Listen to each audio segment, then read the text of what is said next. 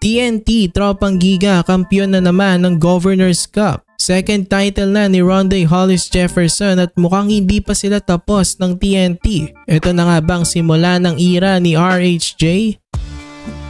So TNT Tropang Giga back-to-back champions ng Governor's Cup. Tinalo na naman nga nilang Barangay Ginebra at parehas ng resulta ng 2023 Governor's Cup Finals.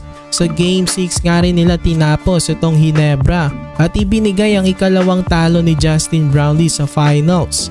Matamis na matamis nga ang kampyonato na ito para sa TNT. Well deserved dahil in-earn at pinaghirapan talaga nila ito. Simula pa lang ng finals, kitang-kita naman natin na mas maganda ang kanilang game plan. Inamin nga rin ni Coach Tim Cone yun na maganda ang preparation ng TNT sa kanila. Gustong gusto nga ng TNT ang rematch nila ng Ginebra. Motivated sila dahil noong 2023 finals sinasabi na nanalo lang daw sila dahil hindi healthy si Justin Brownlee.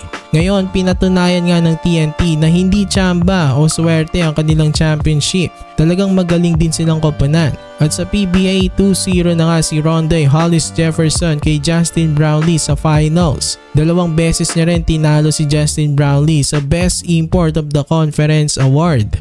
So maraming nagsasabi na si RHJ na daw ang pinakamagaling na import ngayon. Pero syempre mas kinikilala pa rin naman ng karamihan si Justin Brownlee na bilang greatest import sa history ng PBA. Pero sa ngayon parang ito na daw ang era ni RHJ dahil medyo matanda na nga si Justin Brownlee, 36 years old na kumpara dito kay RHJ na nasa kaligitnaan pa ng kanyang prime, 29 years old lamang.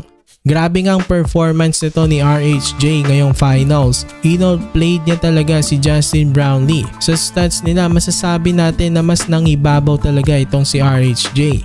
Hindi lang talaga ang itsura ni Kobe ang nahawig niya. Pati yung Mamba mentality ni Kobe meron siya. So kaya naman marami ang nagsasabi na siya ang Kobe ng Pinas. At dahil nga maganda na ang samahan nila RHJ at TNT, next conference na Commissioner's Cup, makikita pa natin ito bilang import ng TNT. So ano sa tingin nyo mga kabakets? Si RHJ na ba ang pinakamagaling na import ngayon sa PBA?